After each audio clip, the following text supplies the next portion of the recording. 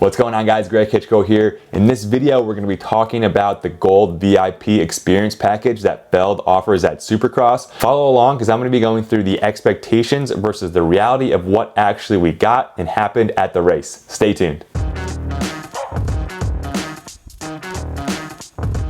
So since you're able to get into the stadium early, you have access to VIP parking. So you can probably do a little circle around. It's the industry parking, really, it looks like. So you got all the Guts Racing truck is here, like the 100% van. It looks like all the industry, like insiders, this is where they park in the company. So the pits are just right over there. $40 to get into this parking at Angel Stadium. But yeah, you're able to get to this spot sooner than you would just the general parking. Walking in on the side of the stadium and got to go to the VIP check-in first in order to get your lanyards and everything and have all day access to the pits. It's supposed to be 8 a.m. till pretty much after the race, but they kind of moved the schedule around and we're able to get here at 10. So here we go. So we just got through the gate and the G is for gold level VIP experience. That gives us all day track walk and then all day pit access actually. And then we do a track walk at like 5 o'clock before the day starts. You get green bands. And then you have all day access to the pits. Of course, we got to stop by when a two-stroke is qualifying for a Supercross main event. Jared Lesher, Michael Lindsay in action. Definitely nice to have early access because this place is not mobbed like it's probably going to be when 12 o'clock hits, when FanFest access opens up to the public. So it's cool. Everybody's kind of walking around, industry people, riders. It's nice to just not have to stress about anybody else. We're testing for the freestyle show.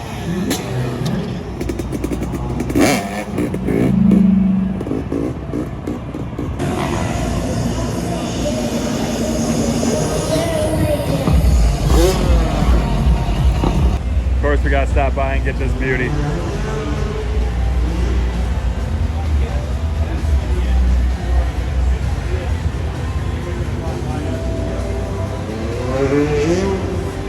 But this section here of the pits has got to be the coolest of them all. The Legends and Heroes section.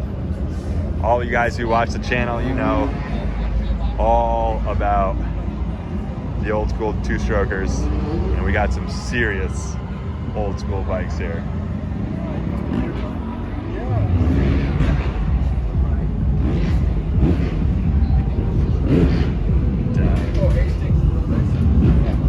How insane. Man. Oh.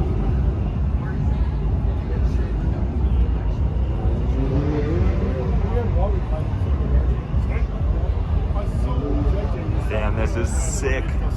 How badass is this pro circuit?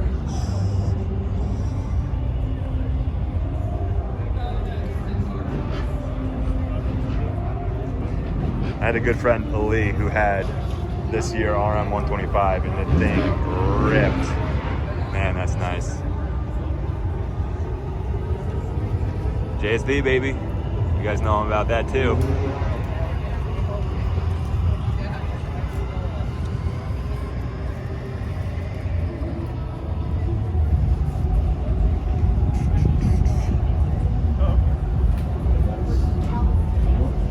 So far, definitely got to be the coolest part of the VIP experience is just being able to get into the pits earlier because, like, if you're like me, you want to spend an hour over at the Legends and Heroes tent checking out all the epic old two-stroke bikes, you can. There's no one bumping shoulders with you like at a hockey game. So, yeah, it's definitely cool. As you can see, it's still empty. We're gonna be here during the FanFest as well when everybody's here, and I'm gonna show you how much this atmosphere is gonna change. You gotta keep your headphones on, bud.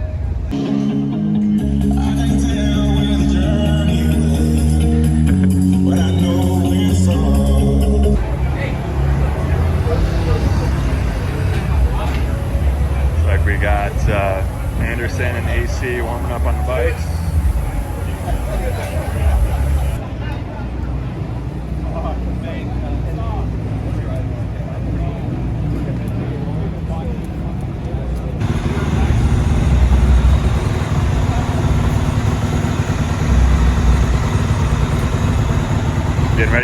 pre-practice there.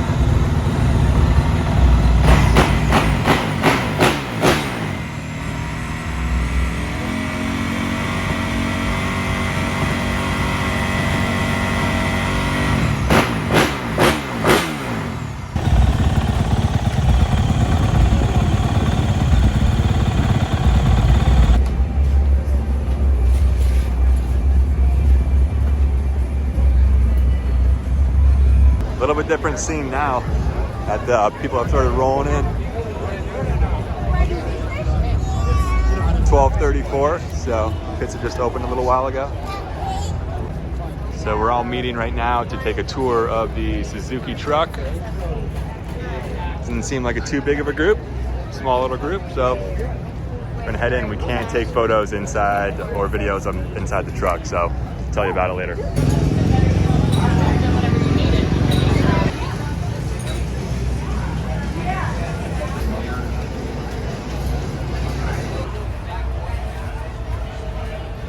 Just a little bit, take a little bit of time because that's going to change it like big time. So, because with where a lot of us are going, because the next one's for times also.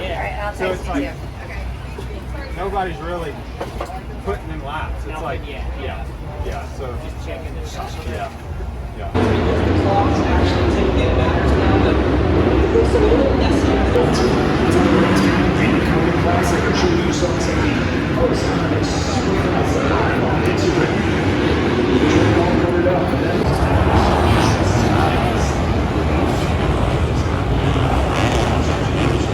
So it's 3:15, we met up with the VIP group and we are heading to go get the food right now. And it actually looks like it's catered by Buca di Beppo. You guys ever been there? It is good.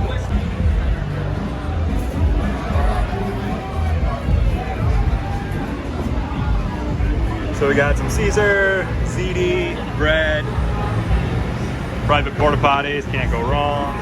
Griffin's stoked. So we're back at the car, just finished up lunch. Lunch was at 3:15, had some time to just chill.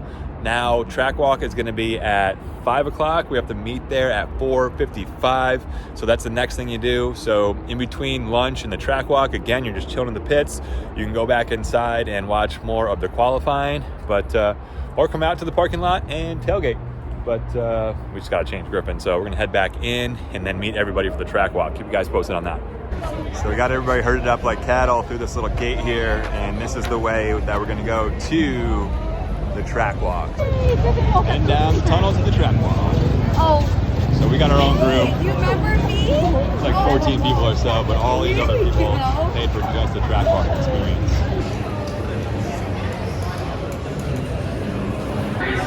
So we're walking onto the track right now where the riders come off. You get off the track there. A little muddy here. Sorry. Stay in your line, look ahead. Don't want to end up in there. But it looks like we're just basically walking down the rhythm sections here. Walking over to the finish line jump.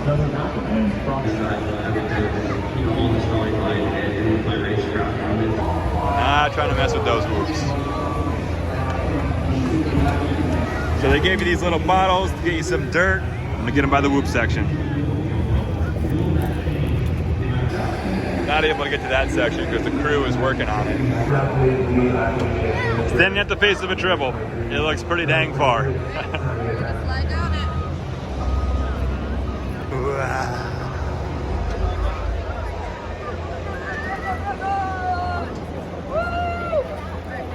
Ruts in the transitions.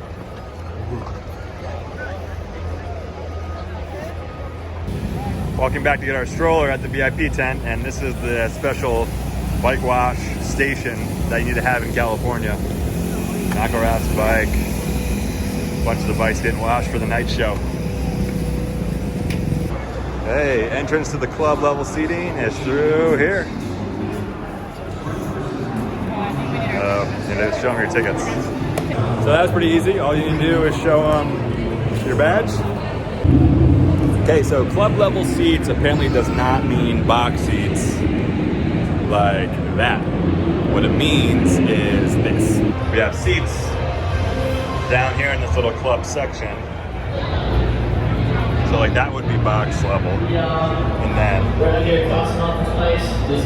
we're down in those seats there along the railing. But still, pretty sick view. View from the seats.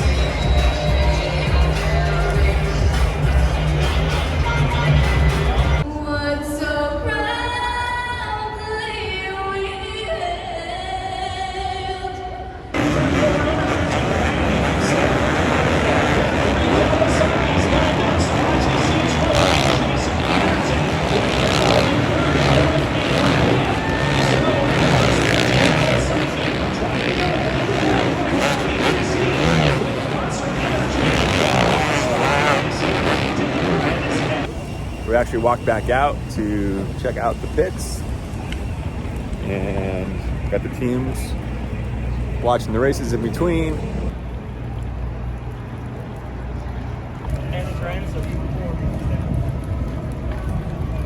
All right, so race is over. I am back home and I've had some time to think about the expectations versus reality of the Feld VIP experience at Supercross here at A1.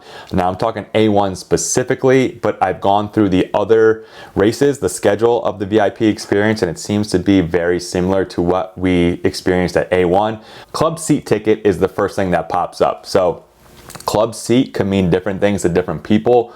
Our expectation was that it was actually a box seat, and the reality of that, it was not. So it was the seats just below the box level, and that could just be our inexperience of going to these types of events, comparing box seats to club level seats. We just sat along the first row of the club level, which was level 3 at Angel Stadium. It actually set us up a little bit higher. We weren't in that first row. I would say it's like a second level type tier, and it had great viewing area of the track like you guys saw, but it was not a box. Next up is the all day and night access to the pits and paddock on race day. So this was true. The schedule was supposed to be from 8 to whenever you wanted to. We did have all day access to the pits, so you could get in as early as 8 a.m.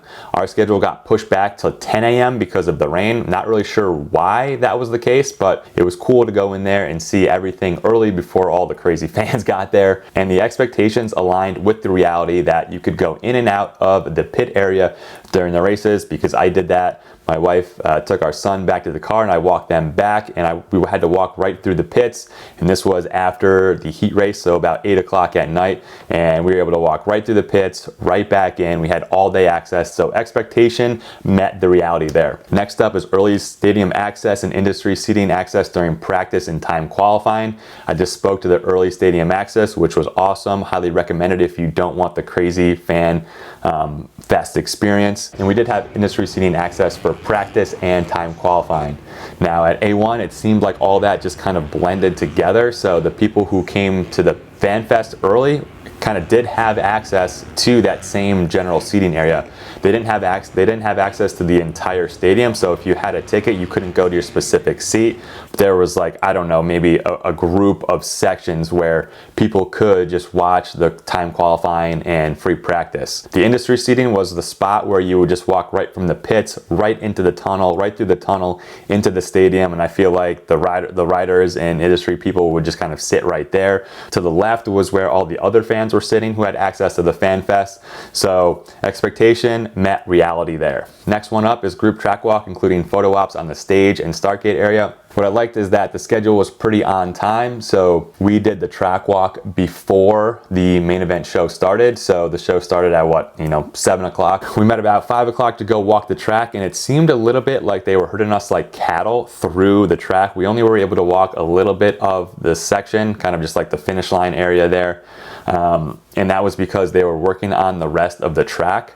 Now, expectation was photo ops on the stage and start gate area. There was none of that. You were able to take photos and videos on the track, obviously, and get pictures, but we did not go up to the starting gate at all to take pictures there or check it out. The reality did not meet the expectation there. Twisted Tea Suzuki Hauler Tour, so expectation, tour the hauler, reality, we did tour the hauler. We met about 12:45 to go tour the Twisted Tea Suzuki hauler, and it was a great experience. Not allowed to take video or pictures inside the hauler just because there's some confidential stuff like suspension, etc., that the teams don't want getting out. And maybe it was about 15 to 20 minutes or so, we were able to kind of get into the main area and check it out, go up into the general lounge area, and then a quick peek into the rider's lounge. So it was just kind of cool to see the inside of the truck. If you've never seen that, really cool experience. Next up would be this Twisted Tea Suzuki meet and greet. Expectation, now that Ken Roxon is kind of on the progressive Suzuki team, I thought that we'd be able to meet all of the riders a part of that just general Suzuki team in all, but reality was we only got maybe a 5-minute question and answer session with Shane McElrath. I was really stoked about meeting Roxon, but again, I don't know if it was due to it being the first race or not, but the reality was we only got about a 5-minute meet and greet with McElrath. I guess you could have got autographs, which was still cool, don't get me wrong. We were just like in a little group underneath the tent. I think you could have gotten autographs if you wanted to. So I would note that our expectations were just super high, so that was on us. Never in the VIP experience on Phelps' website does it say which riders you will meet, so it could be different based on the location. I know A1 is just a really hectic race for everybody in general, so it just felt like they were still kind of working out the kinks with that whole thing. We just expected more, and it just felt like they came up a little bit short on it. Next up is catered lunch. We met around 3:15, 3:45, I can't remember what it was, for the catered lunch. They brought us over to the Fly Racing WPS tent like you guys saw, and we got buca de pepo, ziti, Caesar salad, cannolis, drinks, cookies. So that was a really cool experience where, you know, you had private porta-johns, and it was great to just kind of chill away from the craziness of the pit area and just have a nice hot catered lunch that you didn't have to pay for because you already paid for it in the ticket. Next up is the Monster Energy Supercross VIP swag bag. Let me go get that real quick.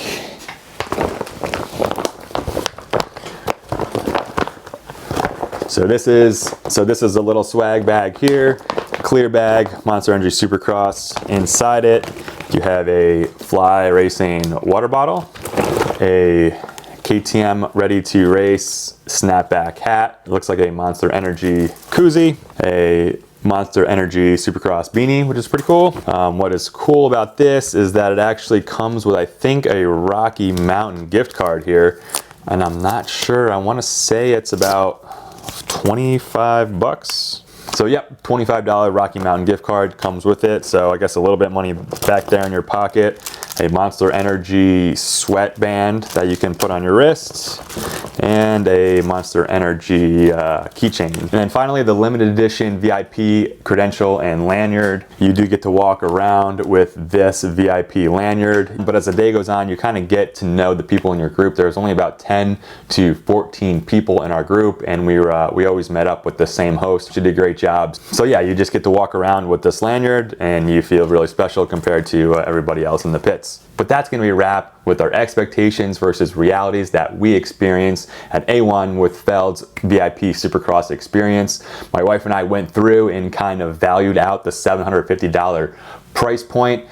Definitely a little steep looking at it at first, but if you kind of go through and make sense of things, considering how much the tickets themselves would have been in that club level seating, I think those would have been around $350 to $400 a piece right there. So that's what takes up the majority of that ticket price for the gold experience. And it just depends on how much you value those other things. The all-day pit access to us really is worth it. Again, just here to tell you guys about the experience, and it's really up to you about what you value and what you want your experience to be like at Supercross. So if you have any more questions on the experience, make sure you leave a comment below, or if you've done the experience before at prior events, let me know what you guys thought of the experience as well. But that's going to be a wrap for this video, guys. As always, ride hard, be safe. We'll see you in the next video.